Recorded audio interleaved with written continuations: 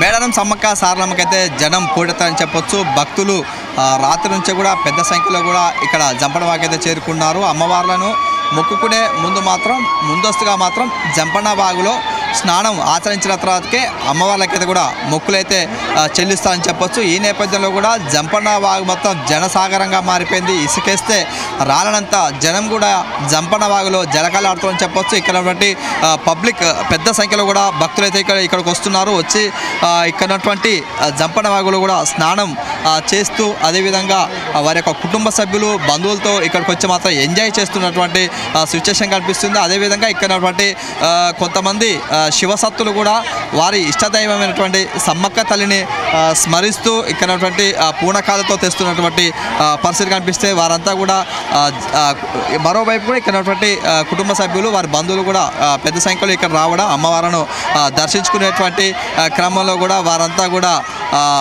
ఆనందాన్ని సంతోషాన్ని వ్యక్తం చేస్తూ అక్కడ నీటిలో కూడా జలకాలాడుతున్నటువంటి పరిస్థితి కనిపిస్తుంది. మరోవైపు ఇక్కడ సమ్మక్క తల్లికి మొక్కులు చెల్లిస్తారు. ఉన్నటువంటి బంగారం చీరె సారెని మాత్రం మొక్కులు చెల్లిస్తారు. చెల్లించేటి క్రమంలో ముందస్తుగా మాత్రం ఇక్కడ జంపనవాగులో స్నానం ఆచరిస్తారు. ఇక్కడ తమ ఇష్టదైవాలైనటువంటి సమ్మక్క తల్లిని సారలమ్మ తల్లిని కూడా స్మరిస్తూ ఇక్కడ శివసత్తులు మాత్రం వారి యొక్క పూనకాలు చూస్తున్న పరిస్థితి కనిపిస్తుంది. ఎందుకంటే కూడా ఇక్కడ వారి భవిష్యవాణి చెప్పడం అదేవిధంగా అమ్మవార్లకు మొక్కులు చెల్లించడం ఇట్లా అనేకమైనటువంటి భక్తులు మాత్రం వివిధ కార్యక్రమాలు అయితే చేస్తుంటారు. అంటే ఈ క్రమంలో కూడా ఇక్కడ భక్తులు మాత్రం పెద్ద సంఖ్యలో ఇక్కడికి చేరుకుంటారు. దాదాపుగా ఇప్పటికైతే కూడా 1.5 మందికి పైగా భక్తులు అయితే ఇక్కడికి వచ్చే అవకాశం కనిపిస్తుంది. దానికి అనుగుణంగానే కూడా అన్ని ఏర్పాట్లు చేశాయి. ఇక్కడ జంపనవాగు వద్ద బ్యాటరీ ట్యాప్ ఆఫ్స్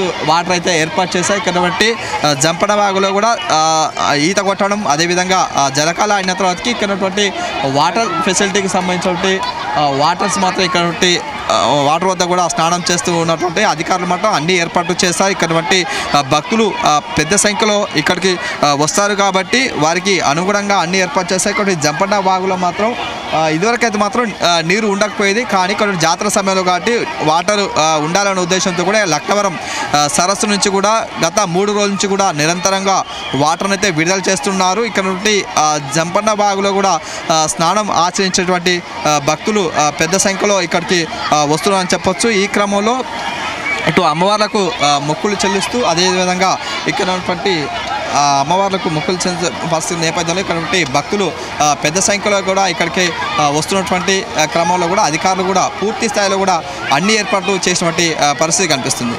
కెమెరామెన్ హేమంత్తో శ్రీకాంత్, జీతల్ న్యూస్, మేడారం.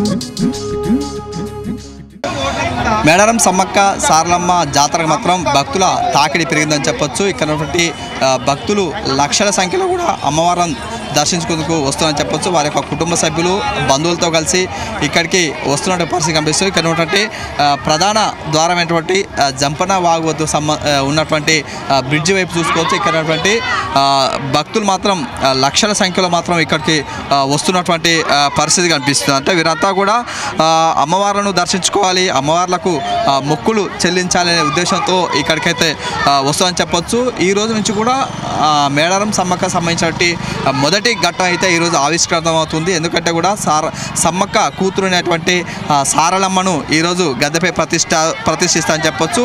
ఇక్కడ నుంచి 3 కిలోమీటర్ల దూరంలో ఉన్నటువంటి కన్నెపల్లి గ్రామం ఉంటుంది. కన్నెపల్లి గ్రామం నుంచి సారలమ్మను మాత్రం తీసుకొస్తారు. తీసుకొచ్చేటువంటి క్రమంలో కూడా ఇదే ప్రధాన రహదారి అని చెప్పొచ్చు. ఇక్కడ ఉన్నటువంటి ప్రధాన రహదారిపై నుంచి కూడా కాక వంశస్థులు వారంతా కూడా అమ్మవారిని తీసుకొస్తారు. సుమారుగా సాయంత్రం 4 గంటల నుంచి కూడా వివిధ పూజా కార్యక్రమాలు, రహస్య పూజా కార్యక్రమాలు నిర్వహించిన తర్వాతకి అమ్మవార్లను తీసుకొస్తారు. తీసుకొచ్చేటువంటి క్రమంలో కూడా జంపన్న వాగు వద్దకు చేరుకుంటారు. జంపన్న వాగు వద్ద చేరుకున్నటువంటి క్రమంలో ఇక్కడ నీటిలోకి మాత్రం వారంతా దిగి ఇక్కడ నుంచి గద్దెపైకి చేరుకుంటారు. ఇక్కడ చేరుకునేటువంటి క్రమంలో కూడా పెద్ద సంఖ్యలో కూడా అంటే లక్షల సంఖ్యలో కూడా వచ్చి ఇక్కడ ఉన్నటువంటి భక్తులు ఆ యొక్క అమ్మవార్లు వచ్చేటువంటి ఆ కార్యక్రమాన్ని మాత్రం చూసేందుకు 1000 కళ్ళతో వేచి చేస్తుంటారు. అమ్మవారిని మనస్ఫూర్తిగా మొక్కుకోవడం, అదేవిధంగా అమ్మవార్లకు మొక్కులు చెల్లించేటి క్రమంలో వారంతా కూడా పెద్ద సంఖ్యలో ఇక్కడికి వస్తుంటారు. ఇక్కడ వచ్చేటి క్రమంలో కూడా దాదాపుగా ఇప్పటికైతే కూడా 50 లక్షల పైగా భక్తులైతే కూడా అమ్మవారిని దర్శించుకున్నారు. మరో 1.5 కోటి మందికి పైగా భక్తులైతే ఇక్కడికి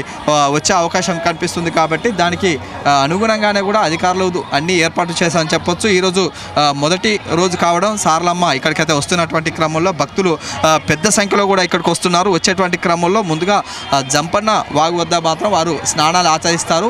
స్నానం ఆచరించిన తర్వాతకి అమ్మకు చీరే, సారే, బెల్లం, బంగారంతో కూడా మొక్కులైతే చెల్లిస్తారు. వారి యొక్క మొక్కులు చెల్లించినటువంటి అమ్మవార్లకు మనస్ఫూర్తిగా మొక్కుకుంటూ మరోసారి కూడా అమ్మవారి వద్దకు మరో జాతర కూడా రావాలంటూ కూడా వీరైతే వారి మొక్కులు చెల్లిస్తున్నటువంటి పరిస్థితి కనిపిస్తుంది. దాదాపుగా ఇక్కడటువంటి మేడారం కుగ్రామం మొత్తం మహానగరాన్ని తలపిస్తుందని చెప్పొచ్చు. పెద్ద సంఖ్యలో కూడా లక్షల సంఖ్యలో కూడా వివిధ ప్రైవేట్ వాహనాలు, అదేవిధంగా ఆర్టీసీకి సంబంధించినటువంటి వాహనాల్లో మాత్రం ఇక్కడికైతే చేరుకుంటున్నారని చెప్పొచ్చు. చేరుకున్నటువంటి క్రమంలో కూడా పెద్ద సంఖ్యలో ఇక్కడికైతే వస్తుందని చెప్పొచ్చు. వీరంతా కూడా చిన్న పెద్ద అని తేడా లేకుండా వారి యొక్క కుటుంబ సభ్యులు, బంధువులతో కలిసి ఇక్కడ అమ్మవారిని దర్శించుకోవడానికి పెద్ద సంఖ్యలో వస్తుందని చెప్పొచ్చు. వీరంతా కూడా వారికి సంబంధించినటువంటి సామాగ్రి, అదేవిధంగా అమ్మకు మొక్కులు చెల్లించినటువంటి బంగారం, బెల్లంతో పాటు వారి యొక్క ముళ్ళతో కూడా ఇక్కడికైతే చేరుకున్నటువంటి సిచ్యువేషన్ కనిపిస్తుంది. ఈ క్రమంలో కూడా ఉన్నటువంటి మేడారం కుగ్రామం మాత్రం మహానగరాన్ని తలపిస్తుంది. పెద్ద సంఖ్యలో కూడా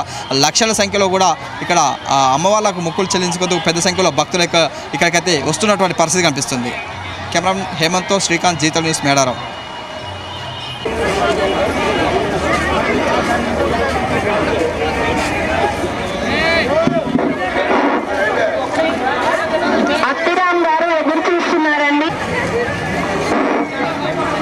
నవభారత్ మండలం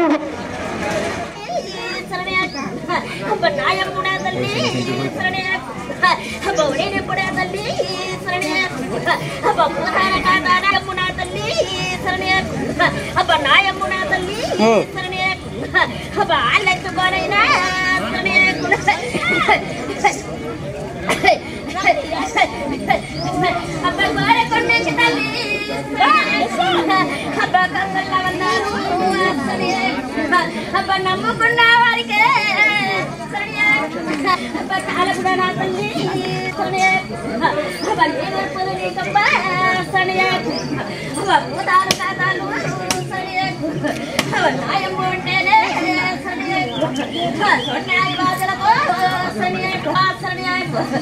దండాలు తల్లి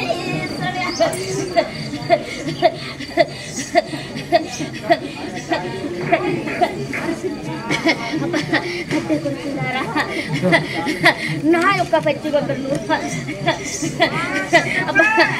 పాదాన చెరువు పెట్టి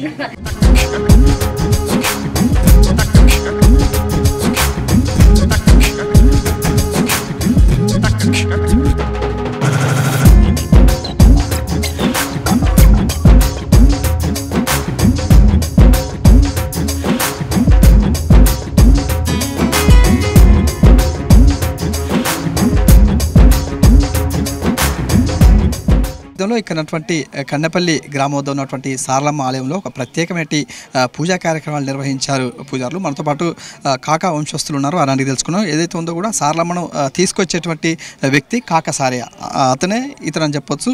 మీరు చెప్పండి, అంటే ఈరోజు ఎలాంటి కార్యక్రమాలు నిర్వహిస్తారు ఇక్కడ? నా పేరు కాకా సారయ్య, మాది కన్నపల్లి. అయితే ఇవాళ ఫస్ట్ చేసేది ఏంటంటే గుడి శుద్ధి చేస్తాం. చేసిన తర్వాత ఆడబిడ్డల్ని బుడ్రాళ్ళకు కాకుండా ఏంటది తోనాలు కట్టిస్తాం. కట్టిన తర్వాత బుడ్రాలు కడిగి బుడ్లు పెట్టేస్తారు ఆడవాళ్ళు. వచ్చిన తర్వాత మళ్ళీ ఇక్కడ పసుపు కుంకుమ, అగరబత్తీలు అన్ని పట్టుకొని మళ్ళీ కక్కనాలు ఇట్లా పట్టుకొని మేడం అని తిరిగిపోతారు. పోయి అక్కడ గద్దెలు కడిగి బూట్లు వేసి మళ్ళీ తిరిగి తిరుపతి పెడతారు. తిరుపతి పెట్టి వాళ్ళు వచ్చిన తర్వాత 6 గంటల వరకు దిగుతారు. ఎక్కించెల్లి మేడం వరకు పోతారు. అంటే ఎన్ని గంటలకు స్టార్ట్ అవుతుంది సాయంత్రం అమ్మవారిని బయటికి తీసుకురావడం? 6-7 అవుతుంది. అంతే 6-7 అవుతుంది. కుల పెద్దలు, యూత్, గ్రామస్తులు, మా పూజారులు అందరి చంద్ర సమక్షంలో పోలీసు బందోబస్తుతో తీసుకోవడం జరుగుతుంది. అంటే ఈరోజు అంటే ఎట్లా నియమ నిష్టలు పాటిస్తారు మీరందరూ?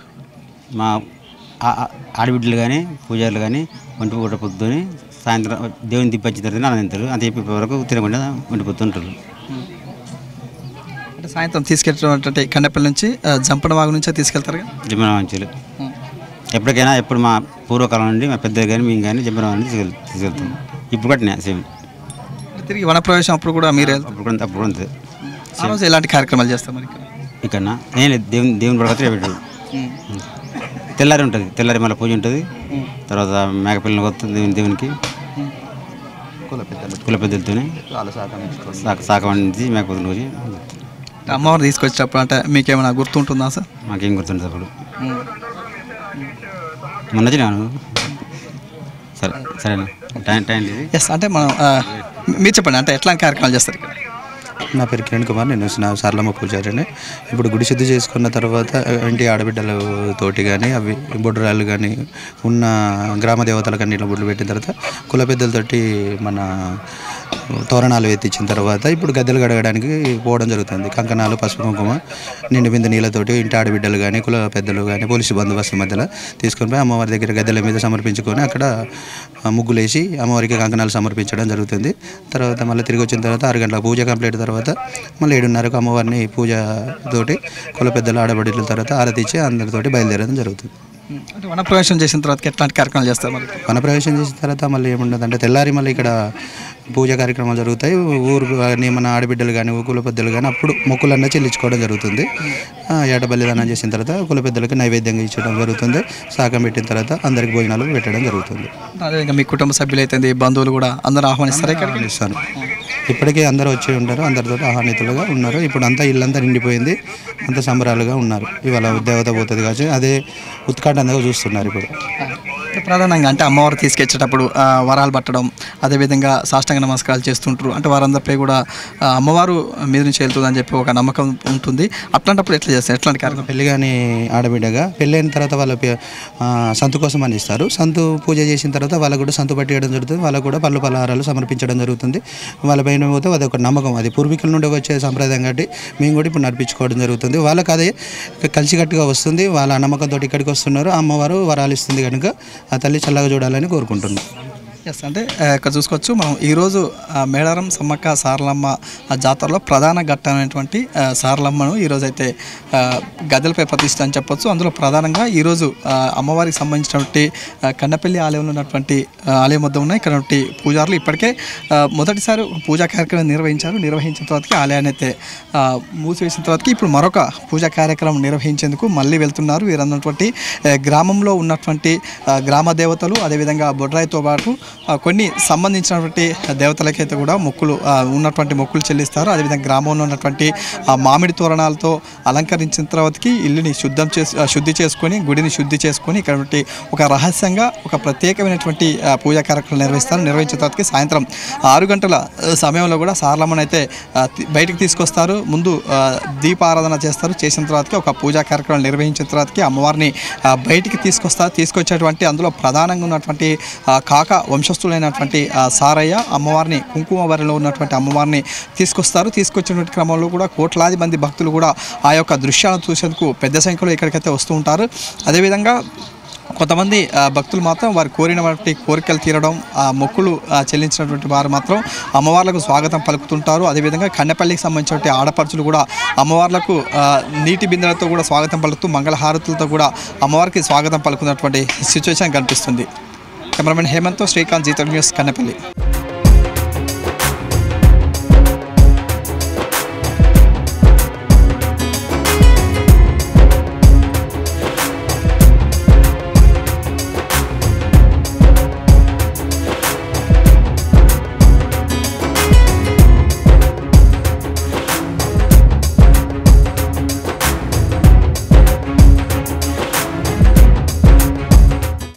వస్తువులు కానీ వేరే తిరిగా ఉంటాయి. ఎందుకంటే కూడా ఆదివాసులు ఇక్కడ అడవిలో లభించేటువంటి వస్తువులనే కూడా వారు ఆసరాగా చేస్తూ జీవనం అయితే కొనసాగిస్తున్నటువంటి పరిస్థితి కనిపిస్తుంది.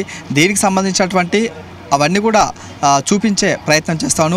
ఎక్కడ ఉన్నదో ఏదైతే ఉందో కూడా మేడారం సంబంధించినటువంటి మ్యూజియం వద్ద ఉన్నాం. మ్యూజియంలో కూడా ఇక్కడటువంటి మేడారం జాతర సందర్భంగా దీన్ని అయితే ఏర్పాటు చేశారు. ఏర్పాటు చేసినటువంటి క్రమంలో ఇతర సంబంధించినటువంటి పాతవి సంబంధించినటువంటి వస్తువులు కానీ ఇక్కడైతే ఏర్పాటు చేశారు. ఎట్లాంటి వస్తువులు ఉన్నాయి, అవి ఎట్లాంటివో తెలుసుకునే ప్రయత్నిద్దాం. మనతో పాటు దీనికి సంబంధించినటువంటి ఇన్ఛార్జ్గా ఉన్నారు, అని అడిగి తెలుసుకుందాం. సార్, మీరు ప్రధానంగా చెప్పండి, ఇక్కడ ఎలాంటి వస్తువులు ఉన్నాయి ఇక్కడ? ఇది మేడారం మ్యూజియం కాబట్టి మేడారం జాతరకు సంబంధించిన వస్తువులు ఉంటాయి. మేడారం జాతర అంటే శ్రీ సమ్మక్క సారలమ్మకు సంబంధించిన జాతర కాబట్టి ఆ సమ్మక్క సారలమ్మ చరిత్ర అంటే ఇప్పుడు ఈ మ్యూజియంలో 2 ఫ్లోర్స్ ఉన్నాయి. ఈ 2 ఫ్లోర్స్లలో గ్యాలరీస్ ఉంటాయి. ఈ గ్యాలరీస్లో మనము ఒక్కొక్క గ్యాలరీ థీమ్కి సంబంధించి ఏర్పాటు చేసాము. ఉదాహరణకి మీరు ఇక్కడ చూడండి, దీన్ని సమ్మక్క గ్యాలరీ అని అంటాం. సమ్మక్క గ్యాలరీ అంటే ఏంటిది అని అంటే సమ్మక్క చరిత్ర ఎట్లా జరిగింది అంటే సమ్మక్క పుట్టుక ఎలా జరిగింది, ఆమె పెరిగినప్పుడు ఎలాంటి బిహేవియర్ చేసింది, పెళ్లి చేసుకున్నప్పుడు ఎట్లాంటిది ఉంది, సమాజ సేవ ఎలా చేసింది, తన వర్గాన్ని ఎట్లా కాపాడుకుంది, ఆ తర్వాత దైవ చింతన పెంచుకొని దేవతగా ఎట్లా మారింది అనేది ఈ మినియేచర్ గ్యాలరీ అంటాము. దీనిలో చూపించినాము. అట్లనే కోయ వాళ్ళు పడిగ రూపంలో, పడిగ ఉంటుంది, పడిగ అంటే ట్రయాంగిల్ ఆకారంలో ఉంటుంది, దాని మీద మోటివ్స్ ఉంటాయి. ఆ మోటిఫ్లలో ఈ గట్టు గోత్రాలు అనేవి ఉంటాయి. ఆ గోత్రానికి సంబంధించిన చరిత్ర అనేది వాటిల్లో ఉంటుంది. అది కూడా ఇలవేల్పు అని వీళ్ళు కోయలు అంటారు. ఆ ఇలవేల్పుల చరిత్ర దానిలో ఉంటుంది.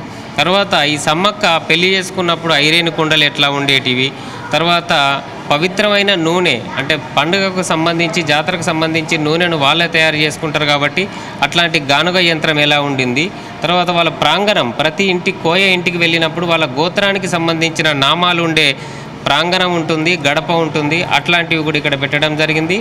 జాతరకు వచ్చినప్పుడు తమ కోరికలు తీరిన భక్తులు వాళ్ళ ఎత్తు బంగారం సమర్పించడం అనేది జరుగుతుంది. బంగారం అంటే బెల్లము ఇక్కడి పరిభాషలో. ఆ బెల్లము అట్లాంటి రెప్లికాను కూడా మేము ఇక్కడ ఇన్స్టాల్ చేయడం జరిగింది. ఆ తర్వాత నెక్స్ట్ గ్యాలరీ కనుక అంటే ఇక్కడ చూసుకోవచ్చు, ఇక్కడ కొన్ని వస్తువులు ఉన్నాయి. అంటే ఇవి ఏంటి, అసలు ఏం వస్తువులు అంటూ వీటిని ఎప్పటి నుంచి ఇక్కడ మ్యూజియంలో ఏర్పాటు చేశారు, ఎప్పటి పూర్వానియా ఇప్పటి? 2018లో ఈ మ్యూజియాన్ని పెట్టడం జరిగింది. 2018లో పెట్టినప్పుడు ఆనాటికి ఇక్కడికి 5 దేవతలు వస్తుండేవి. సమ్మక్క, తర్వాత తనకు సంబంధించిన ఇతర దేవతలు అంటే తన భర్త, తర్వాత భర్తకు ఇంకొక చెల్లె, ఈమె చెల్లెనే సమ్మక్క చెల్లెనే భార్యగా ఉండేది నాగులమ్మ, తర్వాత గోవిందరాజు. ఈ దేవతలకు సంబంధించిన వస్తువులు తీసుకొని వచ్చినాం. ఉదాహరణకి మనకిక్కడ ఆ వస్తువులు కనిపిస్తున్నాయి. అంటే పవిత్రమైన వస్తువులు, వాటి అడేరాలు అని ఉంటాయి, కుండలు అనేవి ఉంటాయి. ఈ అడేరాలలో ఆ దేవతలకు సంబంధించిన బిలాంగింగ్స్ అనేవి ఉంటాయి. అవన్నీ తీసి కూడా ఇక్కడ పెట్టడం జరిగింది. ఉదాహరణ ఇక్కడ పాల సర్వ అనేది ఉన్నది. ఈ పాల సర్వ దీన్ని కన్నెపల్లి నుంచి సారలమ్మ వస్తుంది. ఆ సారలమ్మ నుంచి ఆ దేవాలయం నుంచి తీసుకొచ్చి దీన్ని పెట్టడం జరిగింది. అది తరతరాలుగా వస్తున్న సర్వ. దానిలో జలకం అనేది ఉంటుంది. జలకం అంటే నీరు, పవిత్రమైన నీరుతోటి దేవతలను శుద్ధి చేసి ఆ తర్వాత జాతర జరపడం అనేది జరుగుతుంది. ఆ తర్వాత ఉదాహరణకి పగిడిద్దరాజు అనేది ఒక దేవుడు, అంటే సమ్మక్కకు భర్తనే. ఆ పగిడిద్దరాజు పట్టిన కత్తి, అట్లాంటి కత్తులు కానీ వాళ్ళ ఇతరత్ర బిలాంగింగ్స్ అంటే దేవతలను తీసుకొస్తున్నప్పుడు వడ్డే కోయలు, డోలీలు అనేవాళ్ళు ఉంటారు. వీళ్ళు తూతకొమ్ము అనేది పలుకుతారు. ఉదాహరణకి ఇది తూతకొమ్ము. ఇది పలికిన తర్వాతనే ఆ దేవతను ఊరేగింపుగా తీసుకురావడం అనేది జరుగుతుంది. ఆ విధంగా ఇతరత్ర ఇంకొకటి, ఇది గోవిందరాజుకు సంబంధించిన సాలగ్రామము అని అంటాము. ఆ రాయిని కూడా అక్కడ పెట్టడం, అంటే కోయలు ఇట్లనే ప్రకృతి శక్తుల్ని పూజించడం అనేది జరుగుతుంది. అట్లాంటివి ఇవి. ఆ దేవతలను తీసుకొచ్చేటప్పుడు పూజారులు, వడ్డెలు ఎవరైతే ఉంటారో ఆ వడ్డెలు ధరించే వస్తువులను కూడా ఇక్కడ పెట్టడం జరిగింది. మువ్వలు అని, ఆ కాలికి ఒక కడియం కట్టుకుంటారు, అందులో అందెలు ఉంటాయి. అట్లాంటివి ఇవన్నీ కూడా ఆ పవిత్రమైన వస్తువులు. సో ఇది ఒక గ్యాలరీ. ముఖ్యంగా ఇక్కడ ఈ జాతర సమయంలోనే ఇది ఓపెన్ ఉంటుందా, ఇదివరకు మిగతా సమయంలో ఓపెన్ ఉంటుందా? లేదండి, అంటే సమ్మక్క చరిత్ర అందరికీ తెలవడానికి గాను ఈ మ్యూజియం అనేది అన్ని వర్కింగ్ డేస్లో, ప్రభుత్వం వర్కింగ్ డేస్ ఏవైతే ఉంటాయో అన్ని రోజులు కూడా ఈ మ్యూజియం ఓపెనే ఉంటుంది, ప్రజలకు అందుబాటులో ఉంటుంది. ప్రతి మంగళవారం మాత్రం మ్యూజియంకి సెలవు ఉంటుంది, మిగతా అన్ని రోజులు కూడా వర్కింగ్ డేస్ అనేవి ఈ మ్యూజియంకి ఉంటాయి. ఇదే ఇక్కడ అంటే కొన్ని సంబంధించిన వస్తువులు ఉన్నాయి. ఇవన్నీ ఏ కాలంలో అంటే ఇవన్నీ కూడా 1970కి పూర్వానివి. ఎందుకు అని అంటే 1970ల తర్వాత కోయ సంస్కృతి కూడా మైదాన ప్రాంతపు సంస్కృతికి లోనవుతూ ఉంది. కాబట్టి మెషినరీ అనేది వస్తుంది, అగ్రికల్చర్లో కూడా మెషినరీ వస్తుంది. కానీ అంతకుముందు సాంప్రదాయమైన జీవన విధానం ఎట్లా ఉండేది అంటే హంటింగ్ ప్రాక్టీసెస్ ఉండేవి, ఫుడ్ గ్యాదరింగ్ స్టేజ్ ఉండేది, అట్లే అగ్రికల్చర్ ఉండేది, పోడు అగ్రికల్చర్ ఉండేది, క్యాటిల్ రేరింగ్ అనేది ఉండేది. అప్పటి వస్తువులు ఎట్లా ఉన్నాయి, కోయ సంస్కృతికి సంబంధించినవి అనేవి ఇందులో సేకరించి పెట్టడం అనేది జరిగింది. అందుకోసం ఇది ప్రత్యేకంగా ఒక గ్యాలరీ. ఉదాహరణకి వీళ్ళకు క్యాటిల్ రేరింగ్ అంటే పశువులు, అంటే ఆవులు కావచ్చు, మేకలు, గొర్రెలు కావచ్చు, అవి అట్లాంటివి పోషణ చేస్తారు. కాబట్టి ఉదాహరణకి అవి అడవుల్లోకి వెళ్ళినప్పుడు ఏ మేక ఎటువైపు వెళ్ళిందో, ఏ ఆవు లేకపోతే ఎద్దు ఎటువైపు వెళ్ళిందో తెలుసుకోవడానికి గాను వాటి మెడలో ఈ గంటలు కట్టడం అనేది జరిగేది. ఆ గంటలు కూడా 2-3 రకాలు ఉంటాయి. అది వుడ్డుతోటి చేసినవి కొన్ని ఉంటే, మరి ఇత్తడి బొనగలు అని అట్లాంటివి కొన్ని ఉంటాయి. అట్లాంటివి కూడా ఇక్కడ సేకరించి పెట్టడం జరిగింది. ఇంకొకటేమో గిల్ల బొనగ అనేది ఒకటి ఉంది. అది కూడా ఇన్ని రకాలు ఏవైతే ఉండేవో అవన్నీ కూడా ఇందులో సేకరించి పెట్టడం జరిగిందనమాట. అంటే మరోవైపు అంటే ఈ పశువులకు సంబంధించినటువంటి హంటింగ్ అయితే పశువుల పోషణ కోసం అయితే ఇలాంటి గ్యాలరీ ఏర్పరుస్తారు. అంటే ముఖ్యంగా ఇక్కడ ఆదివాసీలు అంటే వారి యొక్క పనిముట్లు అయితేంది, అదేవిధంగా వారు జీవనం సాగించేందుకు ఎట్లాంటి ముట్లు ఇక్కడ వాడేవారు. ఆదివాసులు మనము ప్రత్యేకంగా చూడవచ్చిన అంశం ఏంది అని అంటే వాళ్ళు ఫుడ్ గ్యాదరింగ్ అంటే వెల్ ఎస్టాబ్లిష్డ్ అగ్రికల్చరిస్ట్ లాగా కాకుండా సమయానుకూలంగా ఆఫ్ సీజన్ ఉంటుంది. వర్షాకాలం లేనప్పుడు ఎలాంటి ఫుడ్ దొరకదు. ఆ దొరకనప్పుడు ఎట్లా ఏం చేస్తారు, మరి చిన్న చిన్న బురక పిట్టలు అనేవి వాళ్ళు వేటాడడం జరుగుతుంది. వర్షాకాలంలోనేమో చేపలు వేటాడడం జరుగుతుంది. పూర్వకాలంలో పెద్ద పెద్ద జంతువులను కూడా వేటాడేవాళ్ళు. అట్లాంటి వస్తువులన్నీ కూడా వేటకు సంబంధించిన వస్తువులు దీనిలో పెట్టడం జరిగింది. ఉదాహరణకి ఇక్కడ పూర్వకాలంలో పెద్ద పులిని కూడా వాళ్ళు మీటతో పట్టుకునేవాళ్ళు. అట్లాంటి యంత్రం కూడా ఇక్కడ ఉంది. పరిషే అంటే గండ్రగొడ్డలి అంటాం, అది ఉంటుంది. ఇదేమో తేనె బుట్ట, తేనెను సేకరించడానికి గాను చెట్లెక్కి లేకపోతే గుట్టలెక్కి తేనెను సేకరించడానికి సంబంధించిన బుట్ట ఇది. అది పిట్టల ఉచ్చులు, అవి మిగతా చిన్న చిన్న జంతువుల్ని పట్టడానికి అట్లాంటి ఉచ్చులు. ఆ కింద కంప్లీట్ ఒకటి ఉంది చూడండి, పౌజు అని అంటారు దాన్ని, అంటే అది కూడా ఉచ్చే. అది బుషెస్ అంటే పొదలు ఉంటాయి కదా, పొదల మధ్యలో దీన్ని పొడువాతగా పరుచుకుంటూ పోతారు. ఏ బురక పిట్ట కానీ కుందేలు కానీ ఆ ప్రాంతం నుంచి వెళ్తే ఎక్కడనైనా దాని కాలుకు కానీ రెక్కకు కానీ తగులుకొని ఆ ఉరి వేసుకుంటుంది. వాటిని పట్టుకొని తెచ్చుకోవడం అనేది వీరు చేసిన ఆచారం. అట్లనే ఈ ఉదాహరణకి పక్షులను చంపడానికి బాణం ముళ్ళు కాకుండా డైరెక్ట్ ఆ వుడ్డు లాంటి ఒక బాణపు యంత్రం ఉంటుంది, దాన్ని లద్దలు అని అంటారు. అట్లాంటి బాణాలు కూడా వాళ్ళు వాడారు కాబట్టి అవి కూడా సేకరించి పెట్టడం జరిగింది. ఇక మామూలు బాణాలు అయితే అందరికీ తెలిసినవి, పావురాల మీటలు, చేపలు పట్టినప్పుడు చేపల బుట్టలు. ఇదేమో అక్కడ మావు అనేది ఒకటి ఉంటుంది. మావు అంటేనేమో పారే నీళ్లకు వ్యతిరేకంగా, పారే నీళ్ళకు ఎదురుగా దాన్ని పెట్టేసి దాంట్లో అంటే ఏమంటాం చేపలు కానీ రొయ్యలు కానీ పట్టుకోవడానికి ఈ మావు అనే యంత్రాన్ని వాడేది. సో ఈ విధంగా అంటే హంటింగ్ అండ్ ఫిషింగ్కి సంబంధించిన యంత్రాలు ఇందులో పెట్టడం జరిగింది. అవి ఒకప్పుడు వేటాడినప్పటి ఇప్పటి కావు, చాలా కాలం క్రిందటివి. వీటిని హ్యాంగర్స్గా వాడేవాళ్ళు. అది ఒక రకంగా మేము ఇంత పెద్ద జంతువుల్ని వేటాడినాం అనేది ఒక ప్రౌడ్ ఎక్స్ప్రెషన్ ఒకటి, తర్వాత వాల్ హ్యాంగింగ్ ఒకటి, తర్వాత మన బట్టలను కూడా హ్యాంగ్ చేసుకోవడానికి అది అట్లాంటివి వాడేవారు. అది అట్లా ఉండేది, ఇప్పుడు లేదు. ఇప్పుడు వేట అనేది నిషిద్ధమైంది. బట్ ఒక్కప్పటి సంస్కృతి అనేది అక్కడ చూపడం జరిగింది. ఇక్కడనేమో ఊత అనేది మీకు తెలుసు అనుకుంటా, పారే నీళ్ళల్లో, మడుగు నీళ్ళల్లో డైరెక్ట్ చేపలు ఇక్కడ ఉన్నాయేమో అనుకున్నప్పుడు దాన్ని చేప మీద బోర్లించి అందులో నుంచి చేపల్ని తీసుకోవడం అనేది జరిగేది. అది ఆ యంత్రం. మరోవైపు అంటే సమ్మక్క సంబంధించిన వస్తువులు అట్లాంటి ఆనవాళ్ళు ఏమైనా ఉన్నాయండి ఇక్కడ? మొదటి గ్యాలరీలో మనం చూసాము సమ్మక్క గ్యాలరీ అని. పైన ఇంకొకటి ఉంది, ఆమె వాడిన వస్తువులు అంటే చెక్క పెట్టె కానీ, తర్వాత మనం ఇప్పుడు సూట్ కేస్ అంటాం, అలంకరణ సామాగ్రి బాక్స్ అనేది ఒకటి ఉంది, అది కూడా మీకు చూపిస్తాం. అంటే ఆమె వాడిన ఉంగరాలు, ఇతరత్ర నగలు అనేవి దానిలో చూసాము. ఇక్కడనేమో సరే ప్రధానంగా చూసుకుంటే ఆదివాసులకు సంబంధించిన వంట పాత్రలు కానీ వారు ఉన్నటువంటి వాటి గురించి ఏం చెప్తారు? వీళ్ళు ఆదివాసులు కాబట్టి కుమ్మరి కుండలు తయారు చేయనప్పటి కాలం నుంచి కూడా వీళ్ళు వస్తువులు వాడేవాళ్ళు. ఉదాహరణకి మనం ఇక్కడ చూస్తే వెదురు గొట్టం అనేది మనకు కనిపిస్తుంది. ఈ వెదురు గొట్టం చూస్తే మీరు అది కళ్ళు బుర్రలు అంటే కళ్ళు అంటే లొట్టి అని అంటాం.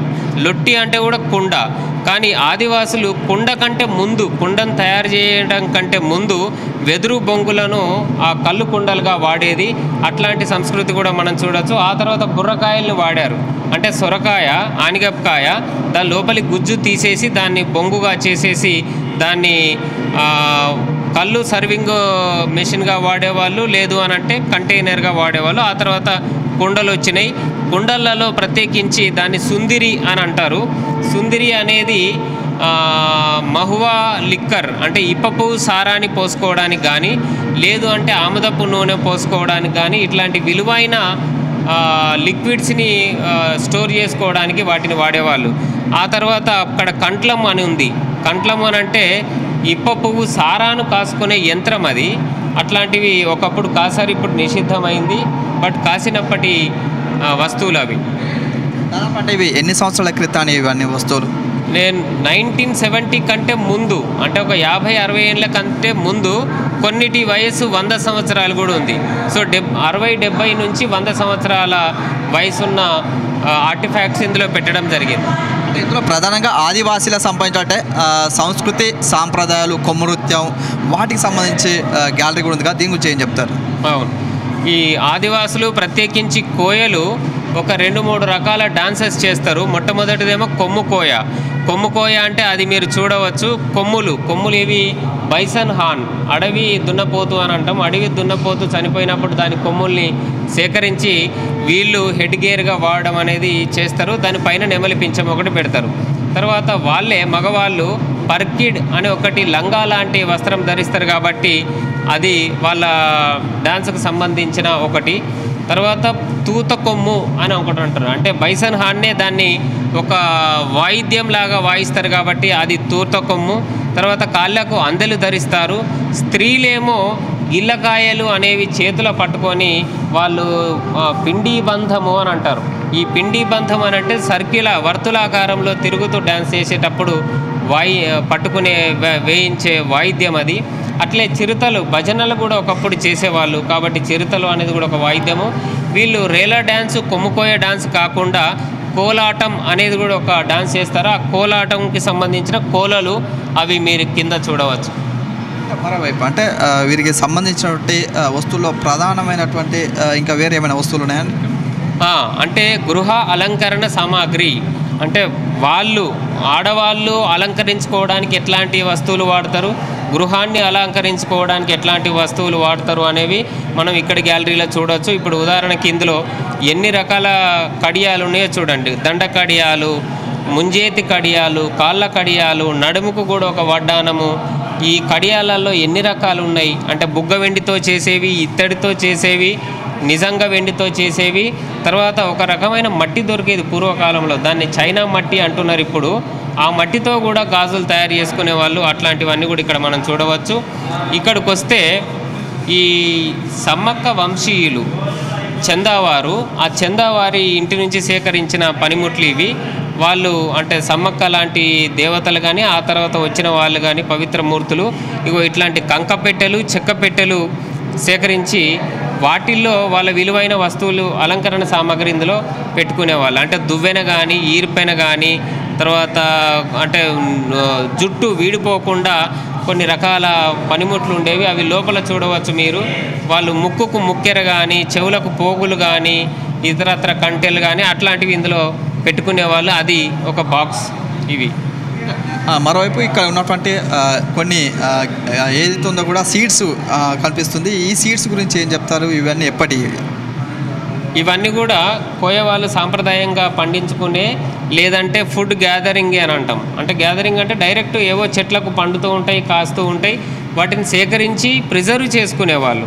ఆ ప్రిజర్వ్ చేసుకోవడం అనేది 2 రకాలు ఉంటుంది. ఒకటేమో మళ్ళీ విత్తనాలు వేయటానికి గాను, రెండవదేమో అవసరం అయినప్పుడు, అంటే ఆఫ్ సీజన్లో వాళ్ళకి ఫుడ్ దొరకనప్పుడు, ఈ ఒకప్పుడు దొరికినప్పుడు సేకరించుకున్న వాటిని మళ్ళీ అవసరం ఉన్నప్పుడు వాడుకోవడానికి కూడా ప్రిజర్వ్ చేసుకోవడానికి సంబంధించిన గురిగి అని అంటారు వీటిని. అందులో చూడండి మీరు జీడి గింజలు ఉన్నాయి, నల్లగడ్డలు ఉన్నాయి, ఇప్ప గింజలు ఉన్నాయి, ఇంకా పూసు గింజలు ఉన్నాయి, దుస వడ్లు. అంటే వడ్లు అనేది పండిస్తారు అని అనుకుంటారు కానీ బట్ కోయ ప్రాంతాల అడవులలో కొంచెం షాల్లో ఏరియా, అంటే కొంచెం లోతట్టు ప్రాంతాలు ఉన్నప్పుడు అక్కడ నీళ్లు నిల్వ చేసినప్పుడు దాంట్లోనే ఆటోమేటిక్గా కొన్ని వడ్లు పండుతాయి. వాటిని దుస వడ్లు అని అంటారు. ఆ దుస వడ్లను ఒక రకమైన ఏతం లాంటి ఒక ఉపకరణం ఉంటుంది. ఆ ఏతంని ఉపయోగించి వడ్లను సేకరించి ఇట్లాంటి గురుగులలో, కుండలలో దాచిపెట్టుకుంటారు. మళ్ళీ ఆఫ్ సీజన్లో వాటిని తినడానికి ఉపయోగిస్తారు. అంటే ఇప్పుడు అంటే ఆదివాసులు కానీ ఇట్లాంటి పంటలు ఇప్పుడు ఏమైనా పండిస్తున్నారా? ఇట్లాంటివి ఏమైనా లభిస్తున్నాయా ఇప్పుడు తక్కువ, అందరూ మైదాన ప్రాంతాల్లోకి వెళ్తున్నారు. బట్ అయినా కూడా సాంప్రదాయమైన వ్యక్తులు, కొంతమంది పాత కాలపు మనుషులు, వాళ్ళు ఇంకా కూడా అడవుల్లోకి వెళ్ళినప్పుడు ఇట్లాంటివి సేకరిస్తున్నారు. అయితే ఈ సేకరణకు సంబంధించి ఇప్పటి అంశం ఏంటి అని అంటే వాటిని వైద్యానికి వాడుతున్నారు. అంటే ఆహారం కాకుండా వైద్యానికి ఇది మంచిదట, ఇది తింటే కడుపు నొప్పి పోతుందట, లేకపోతే ఇది తింటే మోషన్స్ తగ్గుతాయట అని అన్న ఈ నేపథ్యంలో వాడుతున్నారు ఇప్పుడు ప్రస్తుతం. అంటే మనం చూసుకోవచ్చు ఇక్కడ మేడారం జాతరలో కూడా మ్యూజియం అయితే ఏర్పాటు చేశారు. ఆదివాసీల యొక్క సంస్కృతి సాంప్రదాయాలను తెలిపే విధంగా అయితే కూడా దీన్ని అయితే ఏర్పాటు చేశారని చెప్పవచ్చు. ఇందులో ప్రధానంగా ఒక 2 అంతస్తులలో కూడా గ్యాలరీ అయితే ఏర్పాటు చేస్తారు. ఇక్కడ సమ్మక్క చరిత్రకు సంబంధించినటువంటి వీటితో పాటు ఇక్కడ ఆదివాసీలకు సంబంధించినటువంటి పనిముట్లు అయితే ఇది, అదేవిధంగా వారి యొక్క ఆహార అలవాట్లు, అదేవిధంగా వారి యొక్క వస్తువు అలంకరణ, అది ఏదైతే ఉందో కూడా గృహాలంకరణతో పాటు వారి యొక్క అలంకరణతో పాటు అన్ని రకాలైనటువంటి మ్యూజియంలో ఏర్పాటు చేసినటువంటి పరిస్థితి కనిపిస్తుంది.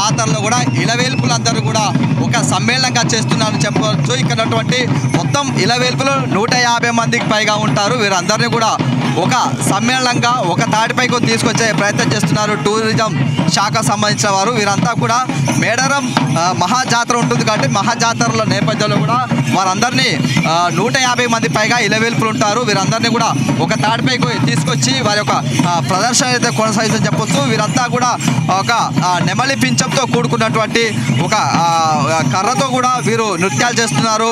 ఒక సాంప్రదాయబద్ధంగా గంటలు మువ్వలు కొమ్ముతో పాటు నృత్యాలు చేస్తున్నటువంటి పరిస్థితి కనిపిస్తుంది. దీనికి సంబంధించినటువంటి వివరాలు మనం తెలుసుకుందాం ప్రయత్నం చేద్దాం. సార్ మీరు చెప్పండి సార్, ఇలవేల్పులు అంటే సార్ ప్రధానంగా వీరందరినీ ఒక తోటికి చేరుస్తున్నారు, ఏం చెప్తారు దీని గురించి? కోయలకు సంబంధించి చాలా దేవతలు ఉంటాయి. ప్రతి ఇంటి పేరుకు ఒక దేవత ఉంటుంది. ఆ దేవతల్ని ఇలవేల్పు అని అంటారు. ఆ విధంగా మన రాష్ట్రంలో తర్వాత మన రాష్ట్రానికి ఆనుకున్న 8 రాష్ట్రాల్లో 150 ఇంటి పేర్లుంటే 150 ఇలవేల్పులు ఉన్నాయి. అట్లాంటి ఒక ఇలవేల్పు సమ్మక్క దేవత. కానీ సమ్మక్క దేవత దగ్గరికి ఓన్లీ 4 దేవతలు వస్తున్నారు. సమ్మక్కతో కలిపి 5 దేవతలే అవుతున్నారు. కానీ ఇట్లా 150 మంది దేవతలు ఉన్నారు అని తెలిసిన తర్వాత రాష్ట్ర ప్రభుత్వం గిరిజన సంక్షేమ శాఖ ఆ దేవతలను కూడా సమ్మక్క జాతరలో పిలిపించి సమ్మేళనం చేద్దాము అని చేపిస్తున్నాము. ఆ విధంగా ఈ సంవత్సరం 24 ఇలవేల్పులు వచ్చినాయి. ఆ ఇలవేల్పుల్ని మీరు చూడవచ్చు. ఒక్కొక్క ఇలవేల్పు ఎట్లుంటుందంటే ఒక మగ దేవత ఉంటుంది, ఒక ఆడదేవత ఉంటుంది. ఆ మగ దేవత ఆడదేవతకి చిహ్నంగా మీకు 2 కనిపిస్తాయి. ఒకదానికేమో గడ్డం సవరం కనిపిస్తుంది, ఇంకొకటేమో పింఛం కనిపిస్తుంది. ఈ 2 ఉంటే ఆడకర్ర మగ కర్ర 2 కలిపి సంతాన ఉత్పత్తి తర్వాత సంపద ఉత్పత్తి జరుగుతుందన్న ఉద్దేశంతో వాటిని సింబాలిక్గా తీసుకొస్తాము. ఆ ఇలవేల్పుకు సంబంధించిన చరిత్ర అనేది ఆ కర్రలలో ఒక ట్రయాంగిల్ షేప్ పడిగె ఉంటుంది.